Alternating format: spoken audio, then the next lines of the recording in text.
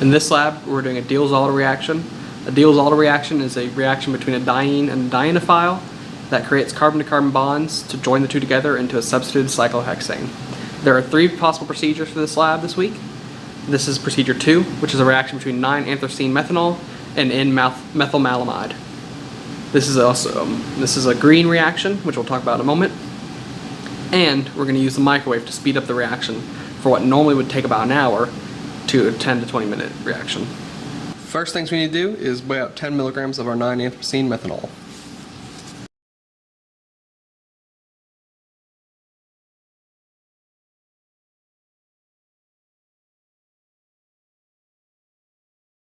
Alright, we'll let that settle a little bit, and we'll go with 0.011 grams or 11 milligrams. Taking a look at our 9-anthracene methanol, it's a yellow solid, and next step we're going to get our 3 mole equivalents of N-methylamide. Now we need to get our 3 mole equivalents of N-methylmalamide, which we calculated to be 17 milligrams.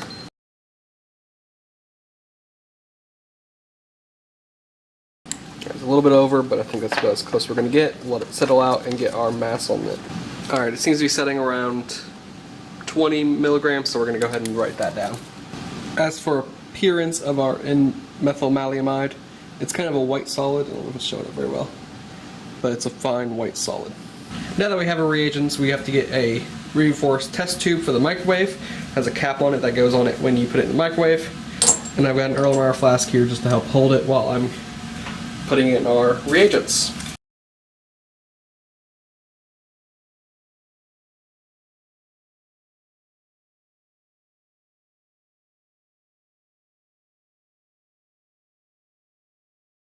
Now that we have both our solids in there, as you can see we got our yellow solid and our white, we need 7 mils of distilled water. Here is our 7 mils of distilled water. We're just going to add it to the test tube.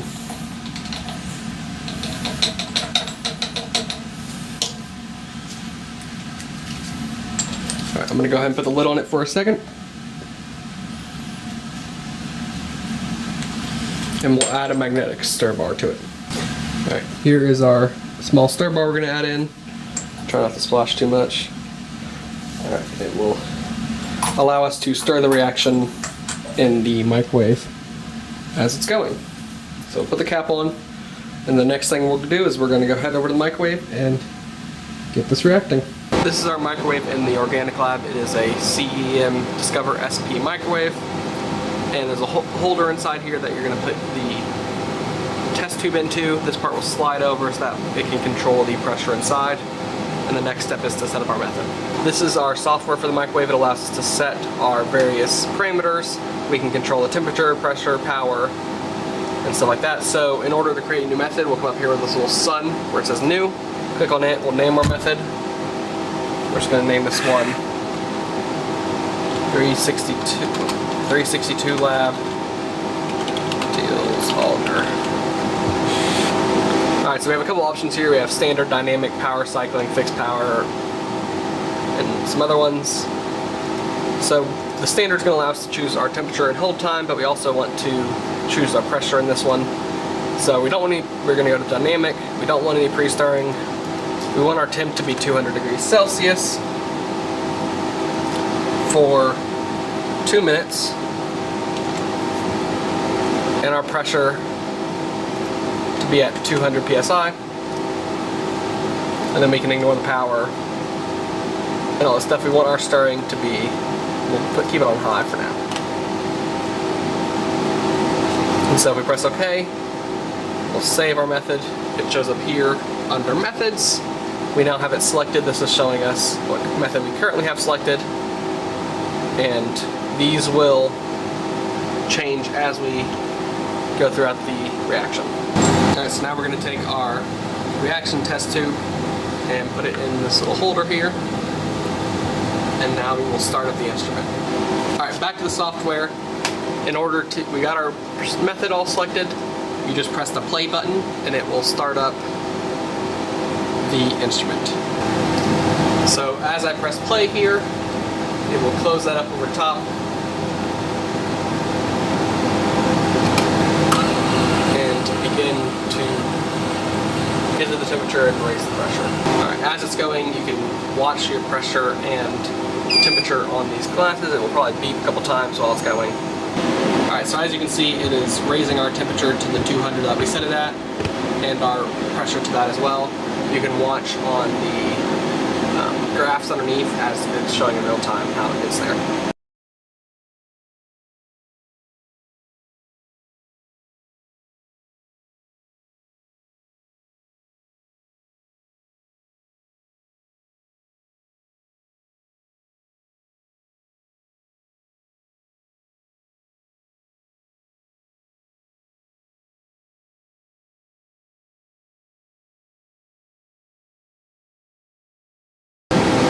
Alright, so now it is done. You can take it out. As you can see, it's a pretty cloudy solution at this moment.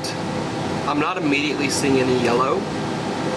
If you do see any yellow solids left near the top or stuff, you should remove them. We're going to let it cool down even further to room temperature and then put it in an ice water bath.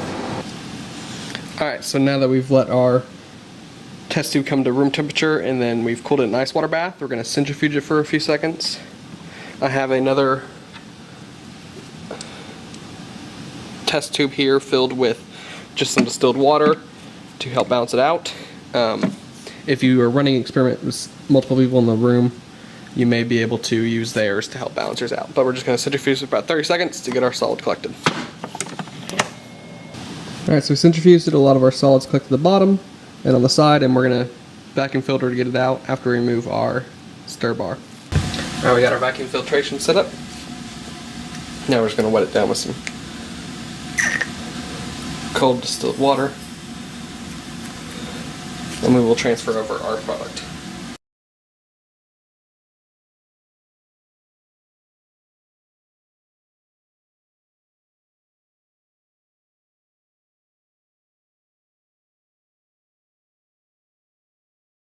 Alright, so we got some solid up top.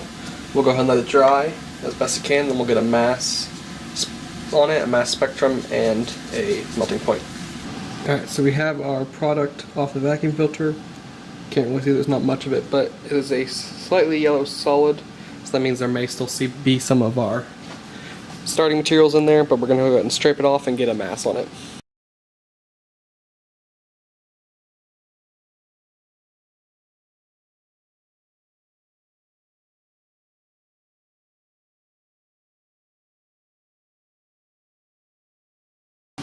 Alright, so we only got about 1 milligram or so. It's still definitely there, it's just not very much of it. This will be enough to get a melting point on and a mass spectra. Advian Expression Mass Spectrometer here in the Organic Instrument Lab. What this is going to allow us to do is to detect the mass of our product and help determine if we created the correct product. What's really nice about this mass spectra compared to some of the ones we have connected to the gas chromatographs in the department is it is an APCI port, which means it is at atmospheric pressure. It's chemical ionization, so all our masses will be added by 1. And then we use an ASAT probe, which allows easy sample prep. Alright, so when you log onto the computer, you're going to click Advian Chem Express, Chem MS Express. We're going to put in the username and password, which is on the computer for you.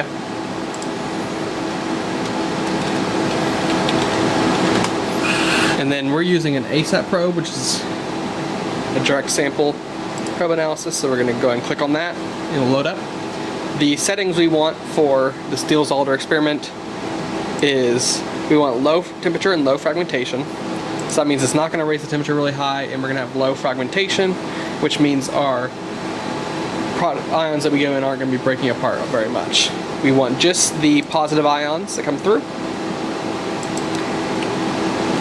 And we're going to scan from about 100 m/z to 400 m/z. Whenever you do this, make sure you click the date and time. It will select the date and time of right now, and that will be your unique code for your spectra.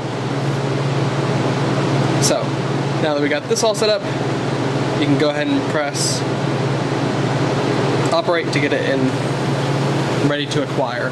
Alright, so this is our ASAP probe right here. And so with Advient on it, it has a button on the end that you can press, and it extends out this like little end that will grab onto the capillary. So take one of the ASAP capillaries and load it into the holder here.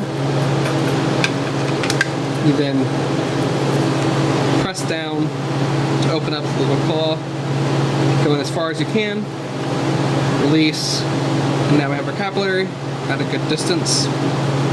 And that will be the correct distance for the instrument. First thing you're going to do, take a chem wipe, wipe it down pretty well. And so here is our sample. One of the personally I think is amazing things about mass spectra is how sensitive it can be. So all you need to do is take this into the capillary and rub it on your sample a little bit. Not much is needed. And a good rule of thumb when using this probe is if you can see something, it's too much. So we're going to go ahead and wipe down again the probe, and as long as you don't see anything, you should be good, and we'll get it loaded into the machine. Alright, so when we're ready to put our probe in the instrument, we will take out this little cap. You'll hear some gas escape, and you'll just put this in all the way, and that will start detecting. But before we do that, we want to get it detecting a little bit and let it run for a minute, for a couple seconds, and then we'll put in our sample. Alright, so I'm in the Advient ChemExpress software. This is the instrument setup we just had. Press your date and time. We've already clicked the green button to set it into operate mode.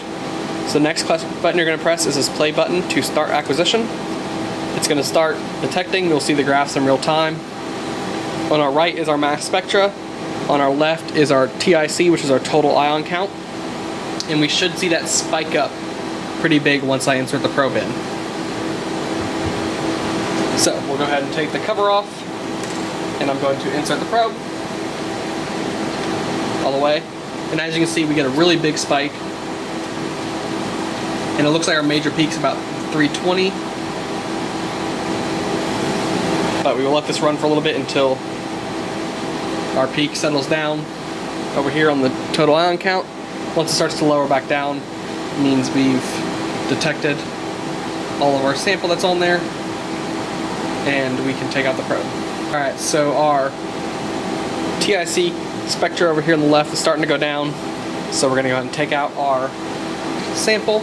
You'll see it drop again, and our spectra on the right can come kind of crazy again.